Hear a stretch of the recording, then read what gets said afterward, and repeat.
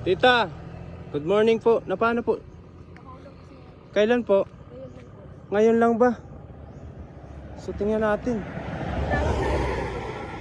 Tumawag na po. May nasaktan po ba? Wala naman po. Yung isa tatawagin tayo dyan. Ano po nakakasakop nito, tita? Taisan si Pukot siya. Taisan. Mga tayong vehicle, oh. May na ano tayo dito sa Taisan, Andaya Highway. May nalaglag na isang van. Ayun sa baba, oh. Yung driver po, kumusta? Okay naman po. Oh. Happy, oh. Dito sa Andaya Highway. Ayan, Barangay Taisan. Si Pukot Camarines Sur, oh. So may nalaglag pong isang van. Oh. Mga tayong vehicle, nandito tayo sa Andaya Highway, Barangay Taisan, si Pukot Camarines Sur. May nalaglag ditong isang van. Ayan, sa baba ng bangin, oh. So tumatawag na po tita ng rescue. Tumawag na po. Sige po tita, salamat ha. Ayun sa baba, oh. So punta natin sa baba. Dito pala dumaan. Tapos ayan, oh, may na anong gulong natanggal. Oh, punta natin sa baba. Boss, kumusta? Dito. Dito dumaan, no? Boss, ikaw ang driver niyan? Hindi ba?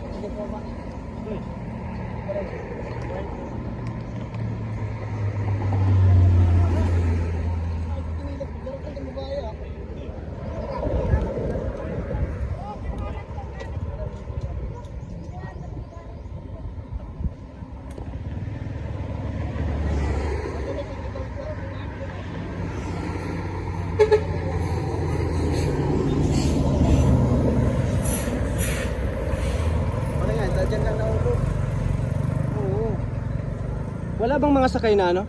Wala kayo, dalawa lang. Dalawa lang ba? Ay, magkasama kayo? Hindi. Nakita namin, tinulungan namin. Taga dito kayo, sir? Grabe, oh. Nasaan kayo yung isang cellphone? May nawawalang mga ano? Oo, hinahanap namin. Ito na yung isa.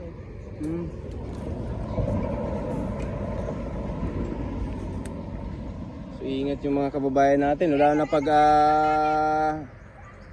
pagbabiyahe papagabi o kahit umaga, oh. May nalaglag dito sa bangin sa baba, oh.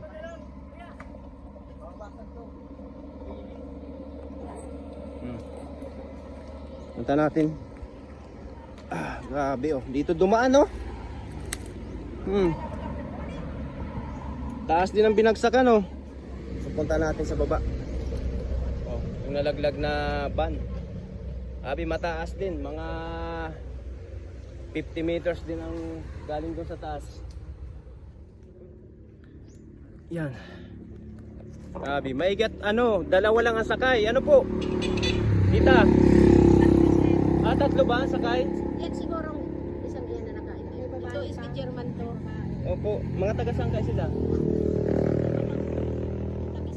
Layo pa, ano? Ayun, oh, mataas mga tayo, hindi ko na nabagsakan. So dito po ito sa Barangay Taisan, si Pukot Camarines Sur. May nalaglag na isang van. Mataas yung Tanawan po. Taga Tanawan. Maigat dyan lang. Ay kung doon sa matataas, mas matataas doon ay sa dulo. Maigat lang, oh. Hindi sumalpok sa kahoy ba? O ano? Dito lang yata dumaan po. Balik-balik pati yung dinaanan, no? Mating ng mag-imbestiga. Pulis.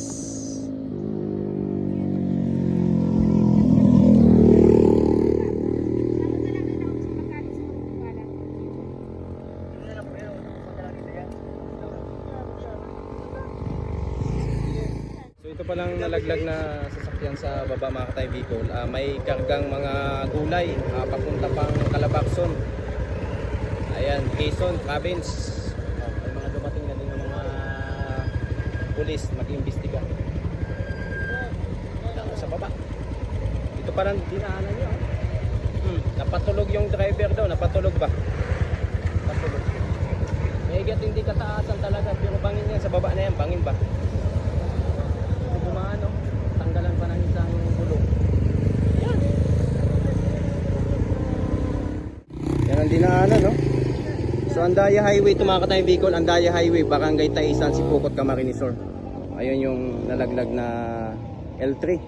May kargang gulay sa baba. Natanggalan pa ng isang gulong.